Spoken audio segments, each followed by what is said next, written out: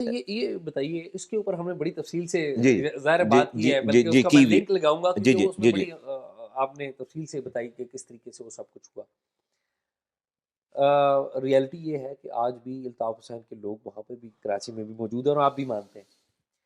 اب یہاں پر عمران خان صاحب کا مسئلہ ہے، ایک طرف اسٹیبلشمنٹ ہے، اس کی ایک ظاہر ہے اس کی پاور بھی ہے اور اس کی پوائنٹ آف ویو بھی ہے، ایک ظاہر ہے انہوں نے ایک ہے سلسلہ، اور دوسری طرف عمران خان ہے۔ نیشنل لیول پہ اس سارے پرابلم کا پولیٹیکل انسٹیبلٹی ہے نا، الٹیمیٹلی تو نقصان ہے کہ خان صاحب آئے روز ایک احتجاج کی کال دیتے ہیں، گورنمنٹ اور سرکاری مشینری ریاست بزی ہو جاتی ہے، نقصان کس کا ہوتا ہے؟ عام آدمی کا، اکانومی کا۔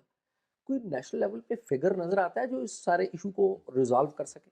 دیکھیے اگر تو خان صاحب نے اپنی روش چینج نہیں کی نا، تو میں آپ کو بتا رہا ہوں کہ بالکل ہمارا والا اشر ہوگا، اور خان صاحب کی پارٹی ٹوٹ جائے گی، تھک جائے گی پارٹی، اور تھک جائے گی ابھی پارٹی۔ تک تو بڑی ریزیلینٹ ہے پارٹی۔ یہ آپ کو باہر سے لگتا ہے، ٹھیک ہم بھی ریزیلینٹ تھے جب تک چھوڑ کے نہیں گئے تھے، ٹھیک باہر سے ایسی آپ کو اندر کے حالات نہیں پتہ ہوتے۔ ٹھیک۔ میں آپ کو بتا رہا ہوں بالکل تھک جائے گی پارٹی، اور جلدی تھک جائے گی۔ ہمارے ہاں تو دیکھیں بہت سارے لوگ جو اگر میں چھوڑ کر گیا تو مجھے ملک چھوڑنا پڑا، کیونکہ جو ہے وہ آپ الطاف حسین صاحب سے جو اختلاف کر کے ملک میں اس وقت رہ نہیں سکتے تھے، ٹھیک ہے، آپ مار دیے جائیں گے، آپ کے گھر والوں کو نقصان پہنچے گا۔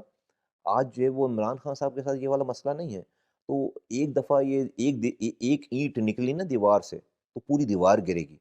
تو لیڈر کو خود خیال کرنا چاہیے کہ وہ اپنے لوگوں کو کس امتحان میں لے کر جا رہا ہے۔ میں آپ کو بالکل وثوق سے کہہ رہا ہوں یہ والی بات کہ اگر خان صاحب نے اپنی روش چینج نہیں کی، میں آپ کو بتا رہا ہوں جینوئنلی لوگ تھک جائیں گے، اور جینوئنلی لوگوں کو جو اپنا راستہ بدلنا پڑے گا، اور ایک بلاک بھی اس میں سے نکلا نا تو یہ جو ہے وہ پوری دیوار گرے گی۔ اچھا